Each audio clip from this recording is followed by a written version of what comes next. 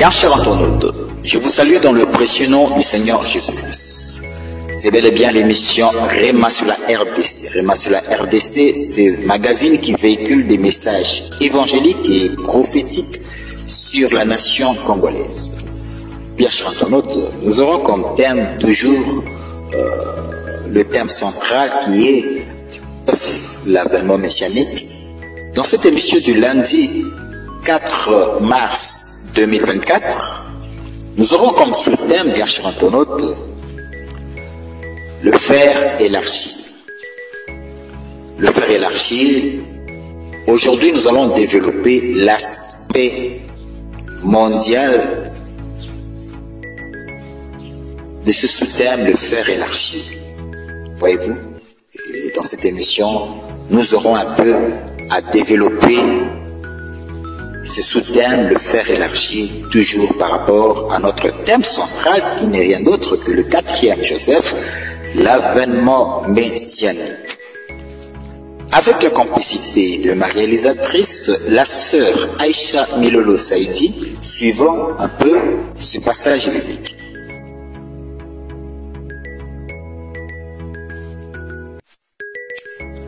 Bien chant, le fer et l'argile. Comme récapitulatif, nous devons faire le briefing toujours de ce songe de Nabucodonosor qu'il a eu, n'est-ce pas, lors de son règne, à l'époque même de la domination de l'Empire babylonien. Voyez-vous, c'est le roi Nabucodonosor qui a eu ce songe de la statue qui avait différents parties qui représentaient différents métaux. La tête en or était la puissance dominatrice du monde à son époque.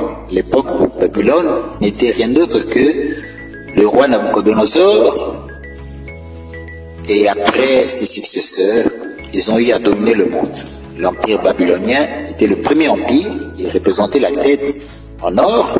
Le deuxième, après des siècles et des siècles de domination, il y a eu l'empire médo-perse. Les Médès et les Perses, avec comme précurseur de cette domination, Cyrus, roi des Perses, il a eu à renverser la puissance babylonienne et il a érigé la puissance dominatrice médo-perse.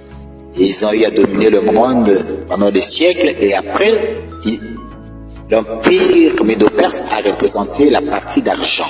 Et après, il y a eu l'empire, la puissance, la troisième puissance qui n'est rien d'autre que l'empire grec.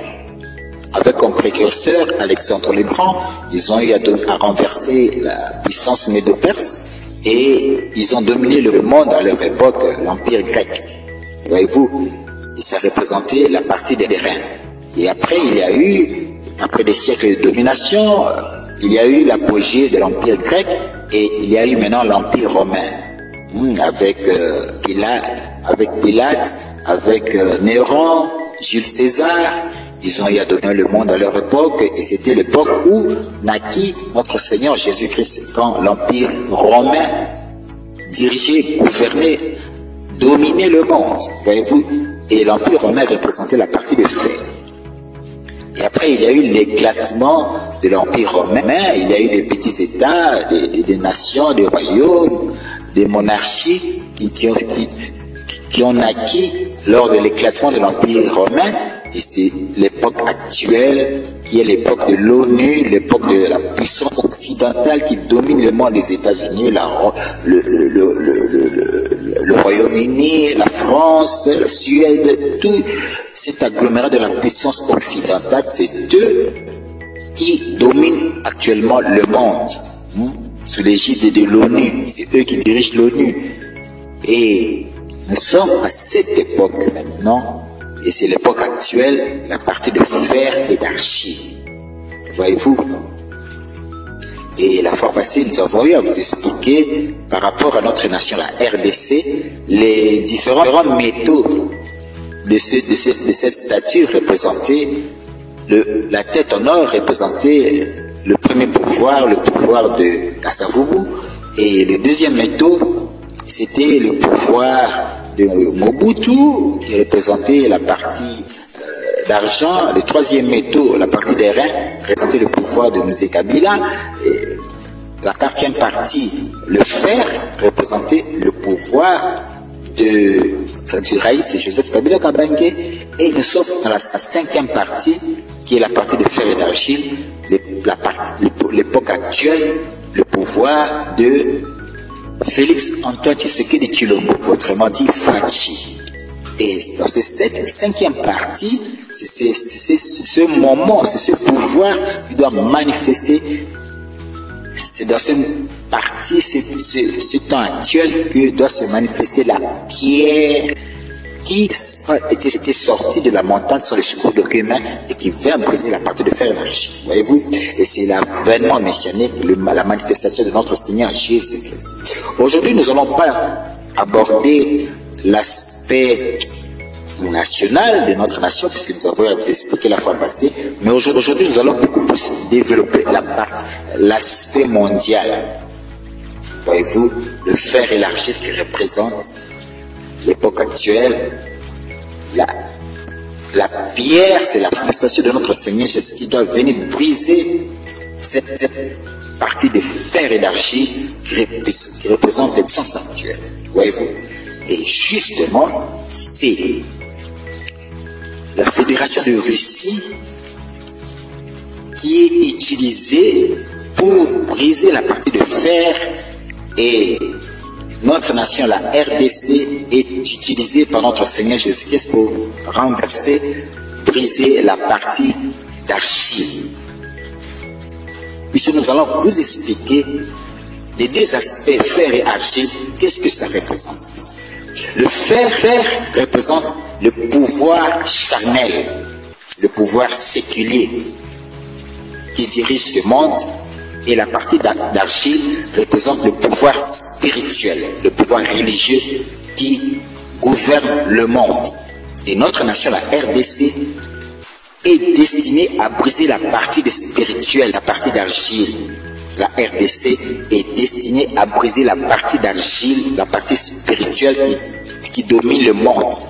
Et la fédération ici est utilisée par notre Seigneur Jésus-Christ pour briser la partie de fer, la partie de pouvoir charnel. Voyez-vous? Et c'est ce que nous sommes en train de constater dans le monde.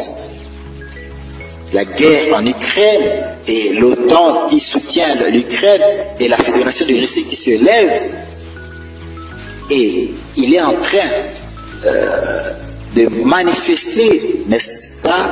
C'est une guerre entre la Fédération de Russie et l'OTAN au travers de l'Ukraine. Et cette guerre, sachez-le déjà que c'est la Russie qui va gagner ce combat, parce que c'est un instrument entre les mains de notre Seigneur Jésus-Christ. Car il est en train de se manifester et il utilise la Fédération de Russie pour briser la partie de fer qui domine le monde, qui a longtemps dominé le monde. Et là, c'est le pouvoir charnel. Et Dieu, le Seigneur Jésus-Christ, utilise la Fédération de Russie.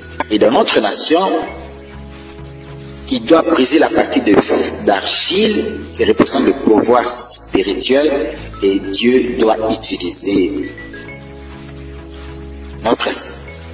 notre nation, la RDC, au travers de ce gouvernement et au travers de l'Église. Car vous êtes sans ignorer que le 23 juin 2019, le président de la République, son Excellence Félix Antoine Tshisekedi Tshilombo, avait solennellement dédié cette nation à notre Seigneur Jésus-Christ.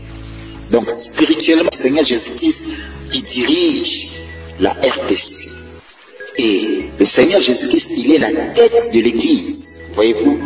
Et le pouvoir est entre les mains de l'Église spirituellement. Et c'est l'Église de réveil du Congo qui doit se lever pour concrétiser cette dédicace qui a été faite le 23 juin 2019 pour consacrer effectivement le Seigneur Jésus-Christ comme le roi du Congo. Et c'est l'Église qui doit se lever. C'est l'Église qui est l'instrument pour manifester la royauté de notre Seigneur dans cette nation, afin que la nation entreprenne sa destinée qui n'est rien d'autre que de briser la partie d'argile qui domine le monde, la partie spirituelle qui domine le monde, car notre nation, au travers de l'évangélisation et la parole de notre Seigneur qui était constituée de méchants, fer et la Babylone, du point de vue spirituel. Car la domination, avant d'être charnelle, la domination commence avant tout spirituellement. Et c'est pourquoi, c'est la raison pour laquelle notre nation doit manifester sa destinée prophétique et glorieuse qui n'est rien d'autre que la proclamation de l'évangile, de manifester un puissant mouvement de réveil spirituel, ce qui viendra briser la partie d'argile. Voyez-vous, bien chers internautes. Donc comprenons, les autorités de la nation congolaise doivent comprendre qu'ils doivent être du bon côté de l'histoire, c'est-à-dire ils doivent être du bon côté de la pensée des dieux, car la pensée des dieux utilise deux nations, la Fédération de Russie et la nation congolaise. Les autorités actuelles doivent comprendre qu'ils doivent collaborer main dans la main avec la Fédération, car c'est la pensée des dieux. Suivre l'exemple des États de l'AES, le Mali, le Burkina Faso, la Guinée, le Niger, qui ont compris que pour libérer l'Afrique, ils doivent collaborer avec la Russie.